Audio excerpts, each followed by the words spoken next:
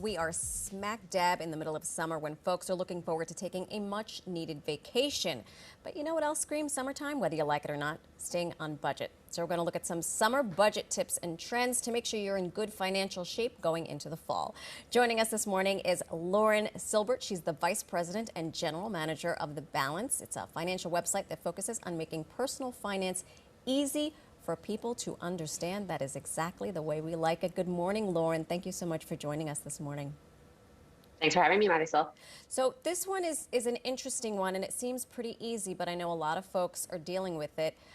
Reduce your energy bill in order to stay on budget. So what are a few ways folks can do that?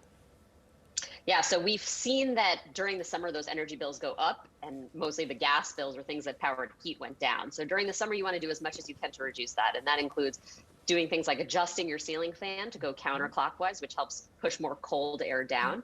And you can actually readjust it when the fall and winter comes to push the hot air around. It should be a little clip on the side of your fan. You also want to make sure if you have a Wi-Fi AC unit that can change over time to schedule when you're in and out of the house, so you can reduce that as much as possible. And also make sure any filters for your AC are as clean as possible so they don't have to work any harder than they need to. I had no idea about the ceiling fan going in the opposite direction. That is genius. I know. Absolutely I know. genius. It is this crazy hack. Yeah, it's amazing. Holy smokes. Okay, so those are great for energy. You also have some advice on traveling smart this summer to help our budget. What do you mean by that?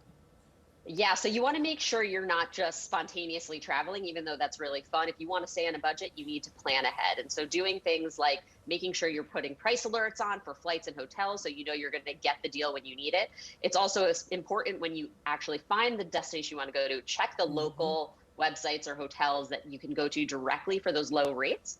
And also, if you're taking a road trip this year, gas is obviously very expensive right now. They're saying that most people spend $40 at the pump every time they go. So it's not a totally free vacation if you're deciding to drive there. So you want to make sure you're taking gas into consideration. Lauren, where were you 2 weeks ago when I was traveling with my family? We went to California, and when we had to fill up at the gas pump, the gas was $4.98 a gallon. I thought I was going to lose my mind. So I need you on speed dial next time. Okay, so the next tip, you say that summer is the perfect time to use the perks of rewards credit cards. I have to say I've been getting a lot of spam email and spam phone calls about this sort of thing, but how can we use this to our advantage?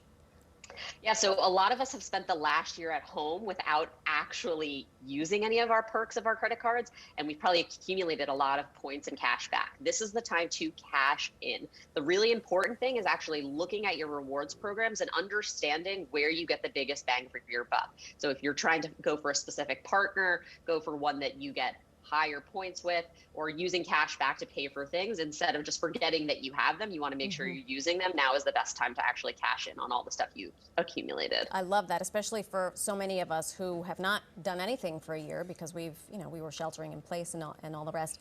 This next one I think is useful not just for the summer, but year round, which is budget before you spend. And I actually did this with my boys, and I said, we're going away. Here's how much you get to spend every day. I mean, they gave me side eye, but I was trying to teach them a lesson, but explain how this works. Yeah, I mean, nothing can ruin summer or your vacation faster than getting surprised with a huge bill on your credit cards at the end of the trip or the season. So you want to make sure you're planning for as much as you possibly can. Look at all of what you have in terms of income, and then look at what you want to be spending over that time and figure out where you can have a little bit of latitude and where you want to pull back and make sure you're not going crazy and overspending. And then you can always enjoy that season without having to feel like you're going to be caught off guard at the end of it. Yes, I love that. And I have to say that credit card statement just came in, and I was only slightly aghast, but that was because of me, not because of my children. But there's only so much you can control. There's only so much you can control. I mean, it's vacation, right?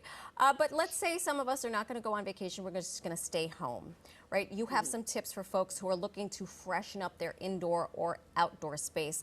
What are they, and how does this factor into our budget or being more financially savvy during the summer months? Yeah, so we just spent the last year and a half becoming intimately familiar with our spaces and doing a lot of improvements. But summer is always a time that people want to improve their spaces because they're getting outside, they're understanding what they need, what they want to use it more effectively.